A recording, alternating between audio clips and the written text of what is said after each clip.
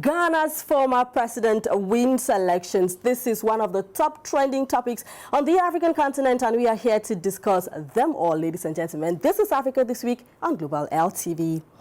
Ghana's former president, John Dramani Mahama, has staged a political comeback by winning the West African nation's presidential election after his rival, Vice President Mahamudu Bawumia, conceded defeat on Sunday. The result of Ghana's general election is another blow to a ruling party. Ghana is currently hit by economic hardship, high inflation, among other challenges, and the citizens seek changes in leadership. Mahama, 66 years old, who served as Ghana's president from 2012 to 2016, framed Bawumia as representing a continuation of the policies that led to Ghana's worst economic crisis in a generation.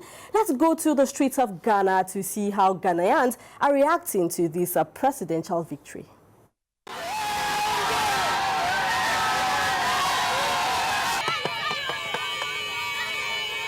Today, it's like we are getting our independence again. I'm very excited. We won this election because they said free education, but the practicals we did in school, we paid for everything.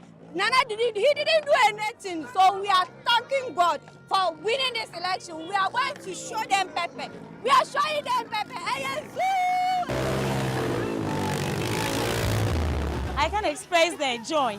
This election was not NDC against MPP, it was Ghana against NPP, and we are grateful to Ghana. And we wait for it. Yes. We have finished hard. Ghanaians over there in Ghana are celebrating what seems like a long, overwaited presidential change in the country. We have here Blandin Jinka. Blandin Jinka, from these reactions, please tell us, what is the key point of this election in Ghana? Good day, Joy. Thank you for having me on set once more. Remember that we spoke about the Ghanaian elections last week, and we mentioned that we had two key opponents, and even though we had other members, other people or politicians that were standing in for the seat as a president, we had two of them, John Mahama and Bawumia Mahamudu, who one actually is a vice president of Ghana and the other the former president of Ghana. And fortunately for the Ghanaians, their dreams have come true, where the former president John Mahama has been re-elected as president of Ghana. I'll tell you one thing, this John Mahama has been a force behind Ghana, and bearing in mind that Ghana today is facing a lot of downpour when it comes to economic, it comes to social, it comes to security. There's so many things that need to be sorted out in Ghana, and I bet you that for me, I'll also tell you that John Mahama is the right candidate for the presidency in Ghana. Yes, Blandin, so Bawumia conceded defeat on Sunday. Yes. Let's take a look at that moment, and then we'll come back and we'll talk about it. Ladies and gentlemen, we have conceded defeat like any consummate Democrat would do. But we have not abandoned the fight to transform Ghana and expand opportunities to all sections of our society. We will not be a disruptive opposition. Let me say that the data from our own internal collation of the election results indicate that former President, His Excellency John Dramani Mahama, has won the presidential election decisively. The NDC has also won the parliamentary election.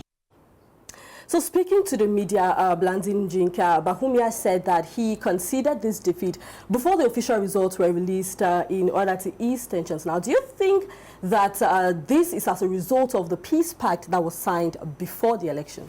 Yes, Joy, that definitely has to be a result of the peace peace pact that was signed.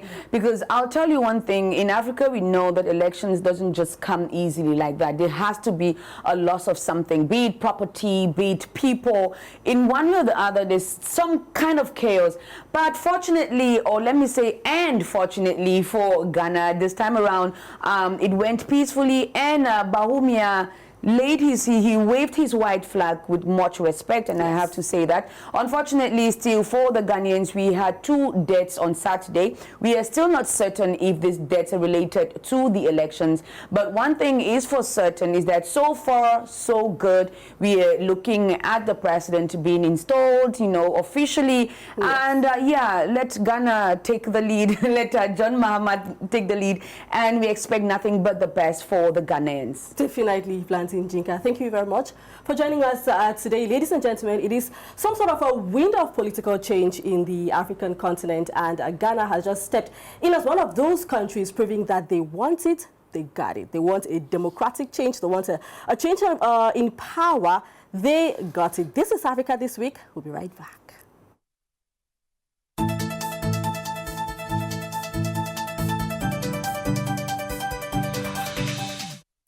In another top story making headlines on the African continent, Chad has announced that they might be cutting off diplomatic military ties with France. Now, this has sparked several reactions from different Africans, and our correspondent over there in Niamey, Niger, Jean-Marc Bicot, gathered a few reactions from Nigerians to this decision, also involving Chad's potential entry into the AES. Let's watch.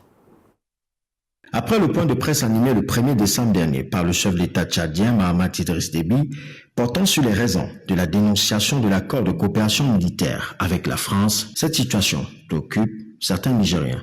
Le Tchad a emboîté le pas de l'AES. Donc nous ne sommes pas étonnés, nous nous attendons à ça. D'autres pays africains le feront parce que les temps sont révolus. Le moment où le colonialisme, les colons nous ont mis des embargos à travers les institutions financières, à travers leur manière de nous diriger. Cela est intervenu à un moment où l'Alliance des États du Sahel a pris son envol et en train d'harmoniser ce qu'on appelait ces forces mixtes dans le cadre de la lutte contre le djihadisme. Elle est en train d'harmoniser la carte et le passeport. Selon le chef de l'État tchadien, cet accord avait été signé à une autre époque avec d'autres acteurs de part et d'autre dans un contexte tout aussi différent et n'apporte aujourd'hui aucune valeur ajoutée réelle sur le terrain. Malgré cela, pour d'autres Nigériens, à l'instar du président du mouvement d'unité nationale et africaine Mouna, les États de l'Alliance du Sahel doivent rester vigilants face au Tchad. Vous savez, nous, tout ça là, pour nous, en réalité, ça n'a pas vraiment d'importance du moment où nous savons tous qu'aujourd'hui, le Tchad était un pion pour la France, jusqu'à la date d'avant-hier où ils ont eu à dénoncer un certain nombre de partenariats entre militaires.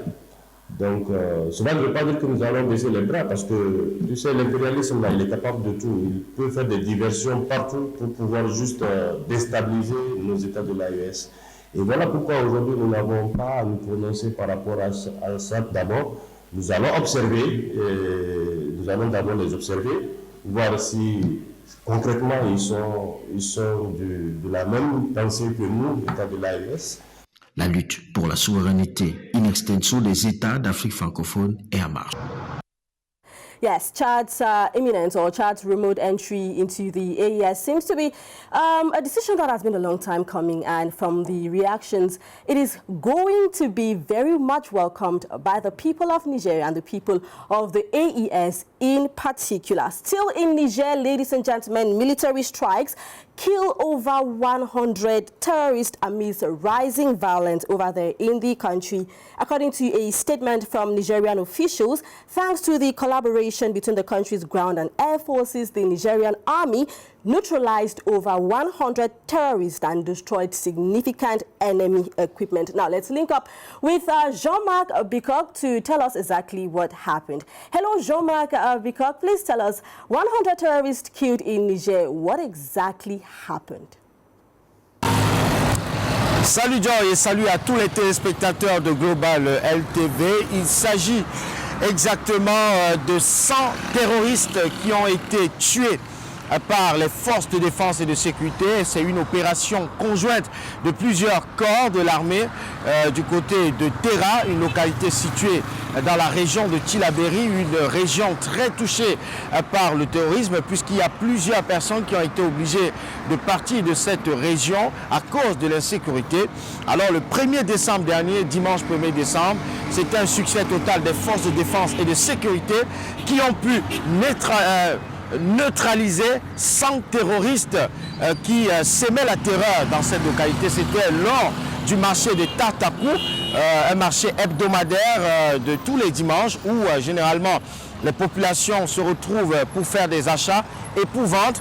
Alors ces terroristes ont été neutralisés, leurs motos également ont été détruites avec tous les biens qu'ils avaient extorqués aux populations, parce que ces terroristes entraient dans les villages, prenaient de l'argent aux gens, tuaient les civils, arrachaient les biens aux gens, arrachaient du bétail que ces mêmes terroristes allaient revendre au marché.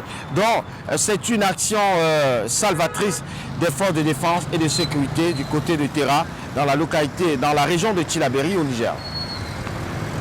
So tell us, Jean-Marc Bikok, what was the reaction of the people of the Tillabéri community after this action by the Nigerian army?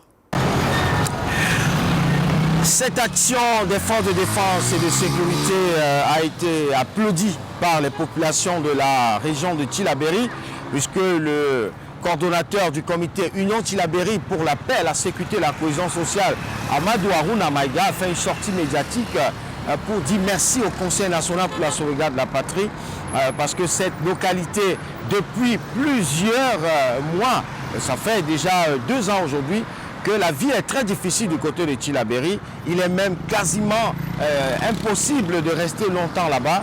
Tous les jours des attaques. Et puis le Conseil national pour la sauvegarde de la patrie a donné de l'espoir aux populations de Tillabéri à travers cette action de 100 terroristes tués le 1er décembre dernier.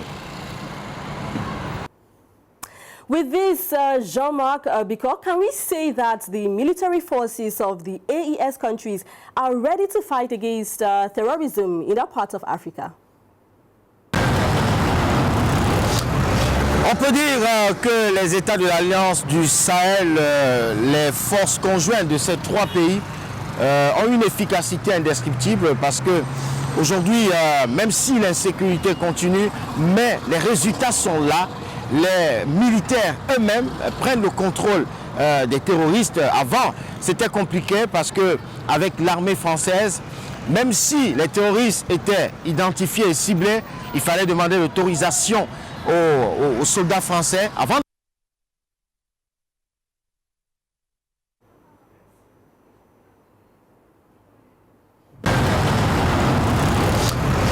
On peut dire que les États de l'Alliance du Sahel, les forces conjointes de ces 3 pays, ont une efficacité indescriptible, parce que aujourd'hui, même si l'insécurité continue, mais les résultats sont là. Les militaires eux-mêmes prennent le contrôle des terroristes. Avant, c'était compliqué parce que avec l'armée française, même si les terroristes étaient identifiés et ciblés, il fallait demander l'autorisation aux soldats français avant de tirer. Aujourd'hui, les militaires contrôlent la situation et on peut dire que le terrorisme s'amenuise au jour le jour. Aujourd'hui, on a vu les bons résultats du côté du Mali, du Burkina Faso aussi, et puis avec plusieurs terroristes tués chaque semaine du côté du Niger, à Tillabéri, dans d'autres localités comme Difa, menacées par les terroristes. On peut dire que c'est un espoir des États de l'Alliance du Sahel qui aujourd'hui peuvent dire aux populations qu'on veille sur vous et que demain on pourra mettre fin au terrorisme. Et déjà, il faut rappeler qu'au Niger, il y a eu, après même ce 1er décembre, plusieurs djihadistes qui ont décidé de se repentir, de déposer les armes et de dire on abandonne tout, on continue. Donc, d'ici peu, on pourra dire au revoir, adieu au terrorisme. Well, hopefully, Jean-Marc Bicog, note that since the June 25, 2024 terrorist attack, which left about 21 people dead, the Nigerian army has been putting up quite a strong force against terrorism. And in order to crack down these defaulters, serious operations are ongoing over there in Niger. Well, ladies and gentlemen, it is not only terrorism that the Nigerian authority has to fight. They could be winning the fight against terrorism, but they still got internal problems like the drivers' problems. Yes, taxi drivers in the capital of Niger, Niamey, angry with insurance agency officials, are calling on the authorities of the National Council for the Safeguard of the Homeland to intervene. Jean-Marc Bicog once more. Ils sont environ 1500 conducteurs de taxi dans la capitale Niamey, en règle avec les structures d'assurance, mais très remontés contre les responsables de ces dernières pour très mauvais traitements.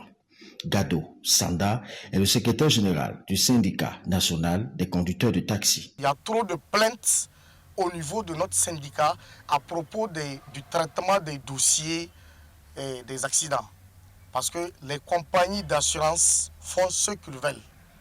Il y a un silence absolu des autorités et le traitement est très lent parce que la police est là, dans la ville de Niamey, en train d'obliger les gens, coûte que coûte, à souscrire les assurances. Mais en cas d'accident, aucun policier, je dis bien, même les autorités, il y a un silence absolu. Face à cette situation, le syndicat des conducteurs de taxi interpelle les autorités du Conseil national pour la sauvegarde de la patrie. L'appel que j'ai à lancer, c'est au niveau des autorités. Parce que c'est cette silence que ces compagnies profitent avec cette silence. Donc, ils peuvent faire ce qu'ils veulent dans le traitement des dossiers. Même au niveau de l'agence de régularisation des assurances, même si tu portes plainte à leur niveau, c'est comme tu n'as rien fait. Les gens font trop de va-et-vient. Il y a des gens qui meurent, qui laissent leur dossier. Il y a des gens, quand ils font trop de va-et-vient là, ils leur laissent avec le bon Dieu. L'État devrait promptement agir face à cette lenteur des agences d'assurance qui pourraient irriter davantage les conducteurs de taxi et porter préjudice aux populations. Well, the unity and the determination of Niamey's taxi drivers in fighting this problem is quite commendable, and we do hope for a fair solution really soon. This is Africa This Week, ladies and gentlemen. Don't go nowhere.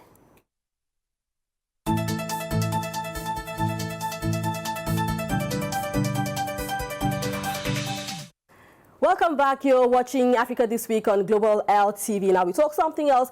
U.S. President Joe Biden set foot on African soil for the first time on the 2nd of December 2024 in Luanda, Angola. During his 3-day visit, he met with his Angolan counterpart João Lourenço and several other African leaders to discuss key issues, including economic development. Joe Biden's visit to Africa, to Angola actually, and for the first time, in fact, his only trip to Africa during his mandate as president, it's some kind of an unprecedented visit, considering that the last visit by a U.S. president to Africa dates back to the year 2015, and that was, I think, Barack Obama. We have here with us Colin Bikatal to tell us more about Joe Biden's visit, why he was in Africa, and some of the key things that were discussed during his stay. Hello, Colin Bikatal, and thank you for joining us. We would like to find out, what are the stakes of Joe Biden's visit to Africa? Joy, d'abord, c'est ce regard, ce droit de regard que les Américains ont sur l'économie angolaise, dans une certaine mesure, bien sûr, avec ce corridor de l'Obito qui, il faut le relever, constitue quand même un des plus gros investissements des Américains sur le continent africain. Il s'agit de cette voie ferrée, n'est-ce pas, qui va desservir l'Angola, la RDC et puis la Zambie. Bien entendu, dans la foulée, il y a eu, comme on pouvait s'y attendre, n'est-ce pas, des questions de bonne gouvernance, des questions de droits de l'homme lorsque un président américain ou occidental vient ici.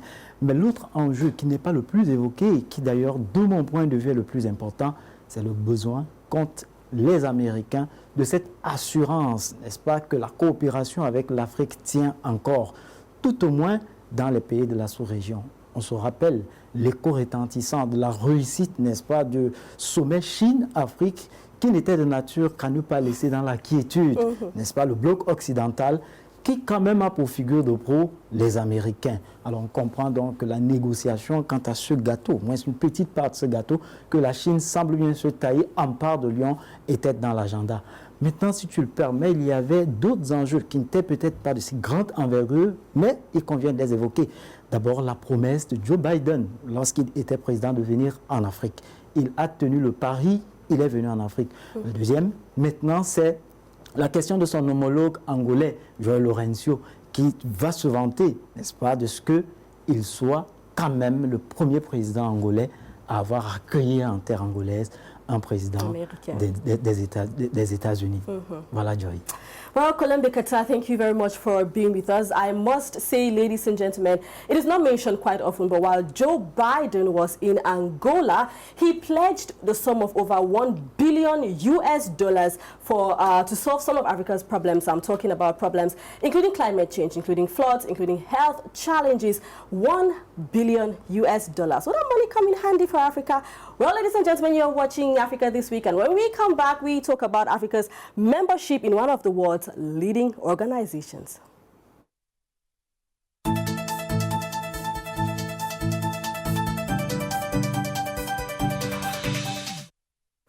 South Africa has adopted as theme for the G20 presidency, solidarity, equality, and sustainable development. Cyril Ramaphosa made this revelation as he officially launched his G20 presidency. On Monday, the 2nd of December 2024, the South African president briefed the media on South Africa's Group G20 presidency. His program has a wide agenda, which includes trade, sustainable development, agriculture, health, energy, the environment, climate change, anti-terrorism, and what a few. Cyril Ramaphosa even has plans to support Nigeria in becoming a member of the G20.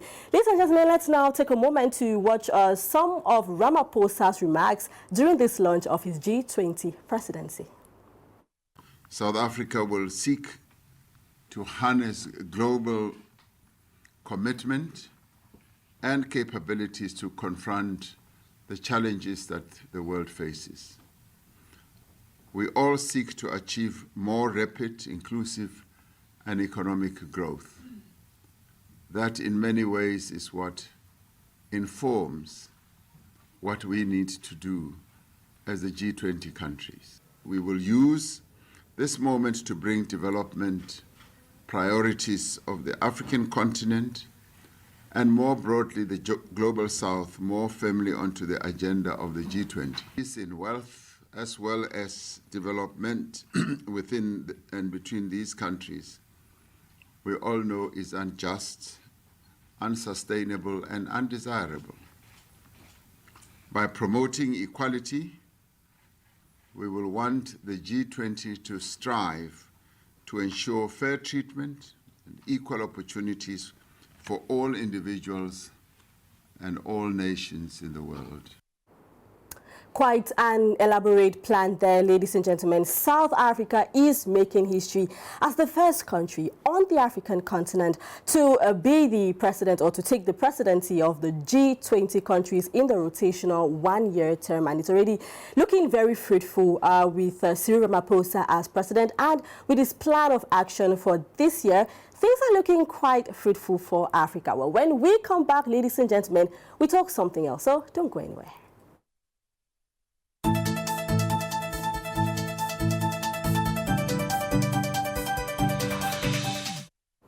And now let's talk about Africa's growing economy. The Africa Investment Forum concluded its 2024 market days in Rabat, Morocco, with leaders highlighting the continent's bankability, and readiness for investment.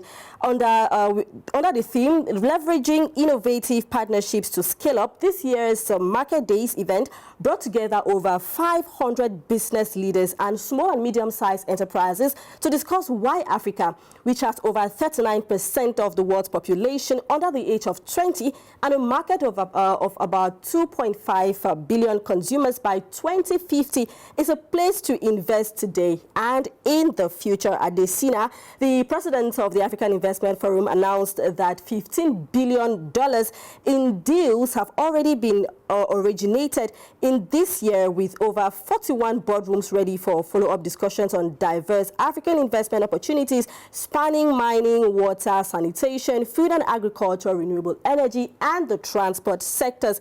The African Development Bank also announced that over $1 billion will be given to the government of Morocco to aid in the organization of upcoming football competitions. I'm talking about the African Cup of Nations 2025 and in the World Cup in the year 2030. Let's now talk about tourism. Yes, let's go to the Democratic Republic of Congo. The fourth edition of the Congolese Tourism Week held in Kinshasa, the capital of the Democratic Republic of Congo, under the theme Tourism and Peace. This event brought together all those working in the tourism sector in the DRC with the aim of reflecting on ways to strengthen tourism in Congo. Yves Maele, Global LTV in the Democratic Republic of Congo. Du 26 au 30 novembre 2024, la ville-province de Kinshasa, capitale de la République démocratique du Congo, a bougé au rythme de la Semaine congolaise du tourisme, 4e édition, sous les thèmes Tourisme et paix.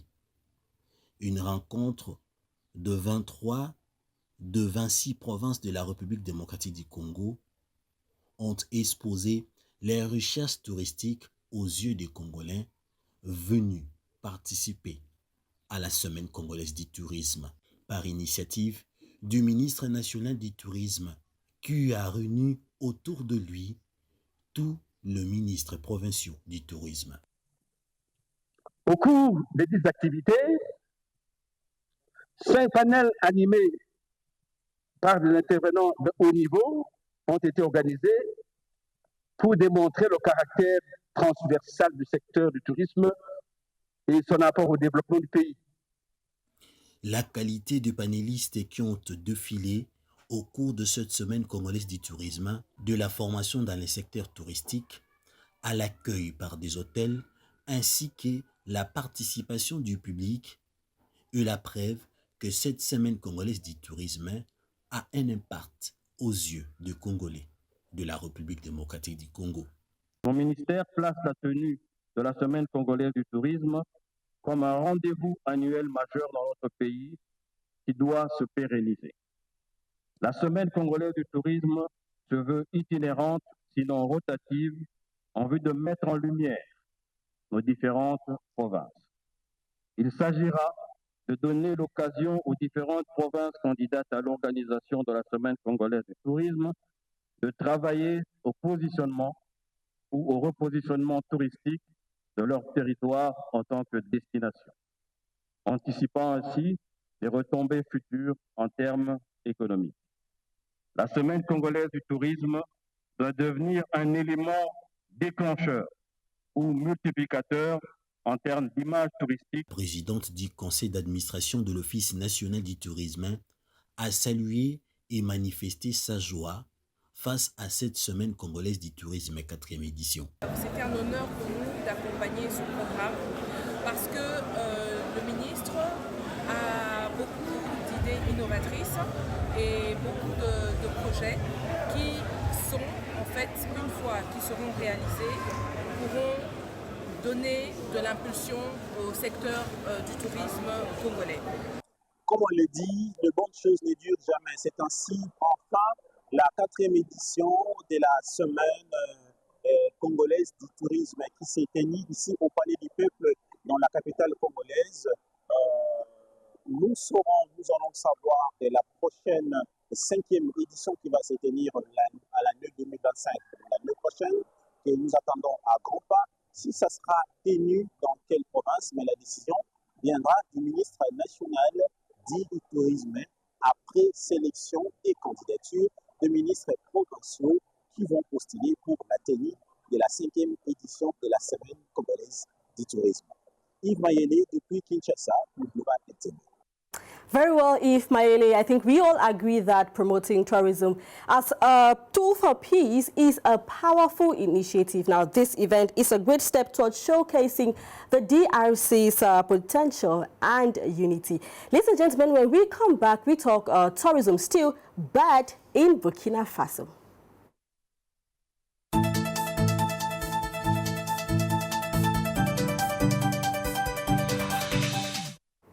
Talking about tourism in Burkina Faso, ladies and gentlemen, the CITO, that is the International Tourism and Hospitality Fair in Ouagadougou, is a major event for the tourism sector in that part of Africa.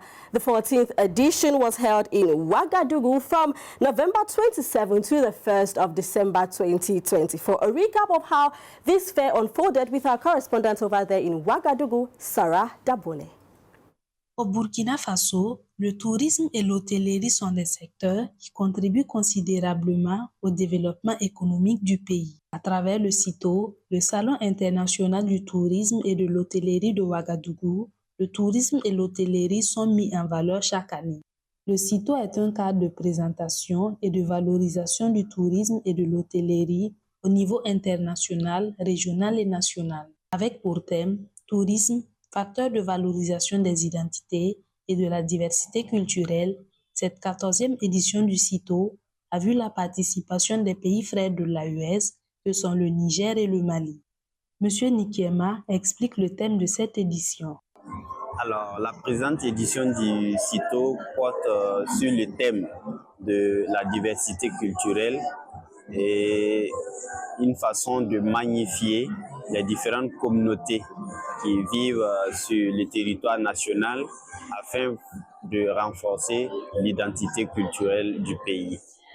Les acteurs du tourisme et de l'hôtellerie sont venus de diverses régions du Burkina pour présenter les potentialités touristiques de leur localité.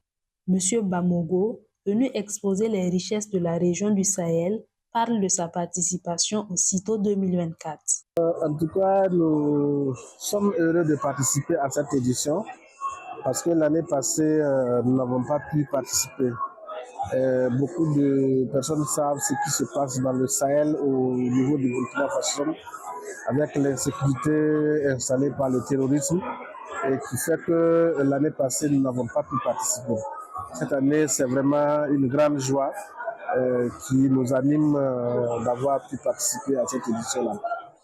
À partir du moment où le thème parle de diversité culturelle, nous avons voulu mettre en lumière les différentes communautés qui peuplent cette région-là au Burkina Faso. Parce que c'est une zone d'élevage et d'aucuns pensent que c'est essentiellement habité par des Peuls. Voilà, nous sommes donc venus exposer les différentes communautés, leur culture, leur langue, leurs us et coutumes, que les gens sachent qu'en réalité c'est une zone cosmopolite et il y a beaucoup de communautés qui y vivent dans la paix, dans la sérénité, jusqu'à ce que voilà, nous tombons dans cette insécurité-là.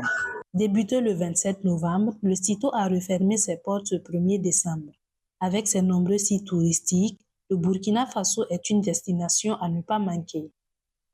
Well, let's stay in Burkina Faso, ladies and gentlemen, but this time around for a different reason. Sarah Dabone is joining us in just a moment to talk about FESPACO. That is the Pan-African Festival for Cinema and Television. This, ladies and gentlemen, is one of the biggest film festivals in Africa, taking place in Ouagadougou from the 22nd of February to the 1st of March 2025. Now, Sarah Dabone, if you're here, tell us please, how are the preparations for this festival ongoing in Ouagadougou?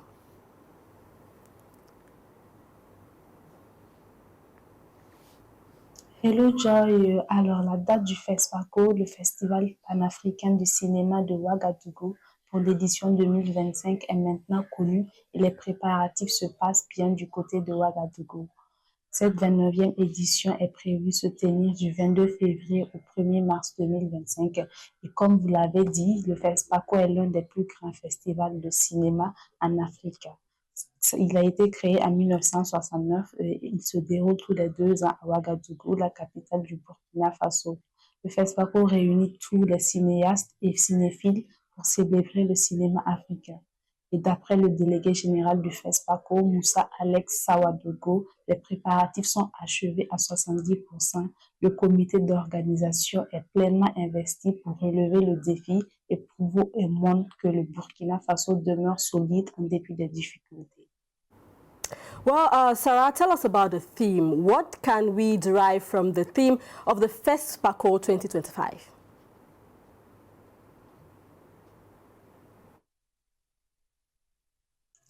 Oui, la 29e édition du FESPACO introduira plusieurs nouveautés telles que le prix du président Thomas Sankara, le prix du public ainsi qu'une exposition permanente au siège du festival. Mais il faut noter que le prix le plus prestigieux du FESPACO est l'étalon d'or de Nyenenga. Il est décerné au réalisateur le plus méritant. Away from the theme, Sarah Dabone, what else is going to be special about this edition?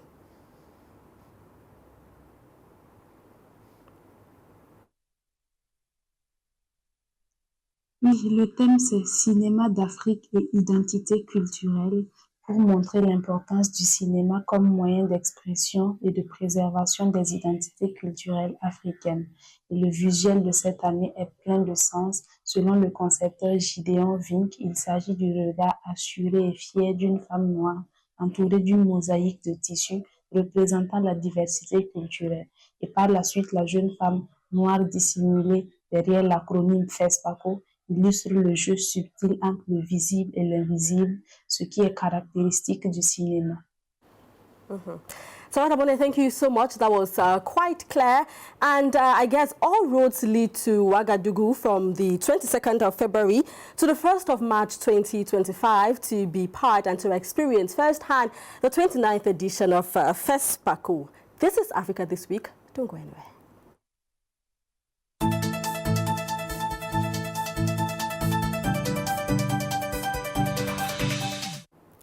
Yes, ladies and gentlemen, now let's talk culture. Let's go to the Republic of Cameroon, the 548th edition, yes, 548th edition of the Ngwan Festival has rounded up in the West region.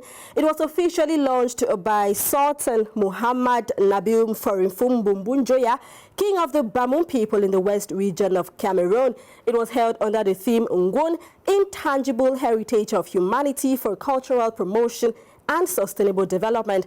This grand festival took place in the city of Fumban. Fumban is located in the Noon division of the West region of the Republic of Cameroon.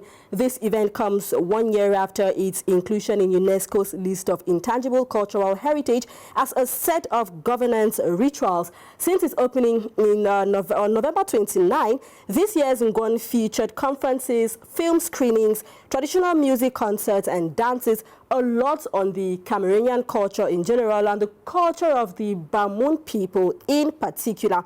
Running until November 8, these activities provided visitors from around the world with an opportunity to explore the richness and diversity of this unique culture, contributing to intercultural dialogue and the promotion of culture in Cameroon.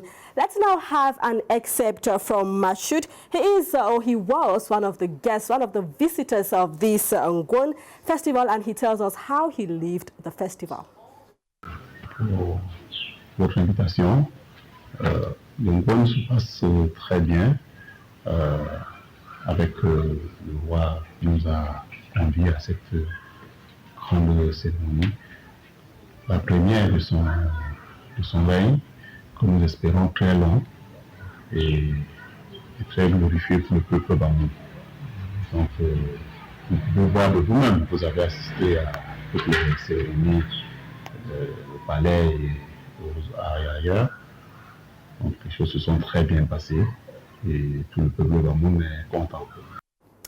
We cannot leave, ladies and gentlemen, without mentioning that not only the Ngon Festival has been listed on UNESCO's list of intangible cultural heritage, but also the Ngondo Festival. The Ngondo Festival is also one of Cameroon's top cultural festivals. It is that of the Sawa people of the coastal regions of Cameroon.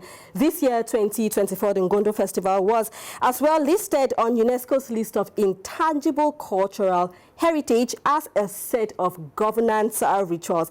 Ladies and gentlemen, at this point, we have come to the end of this edition of Africa This Week. We want to thank our correspondent, Jean-Marc Bicok from Niger, Yves Mayele from the Democratic Republic of Congo, Dabone Sarah from Burkina Faso, and for the team behind the camera, Jean-Darc Otu, Wilfried Nyek, Guy Fotso, Richard Bicok, and all those working tirelessly for a seamless edition. And you too for watching. Stay tuned to Global LTV for information and entertainment.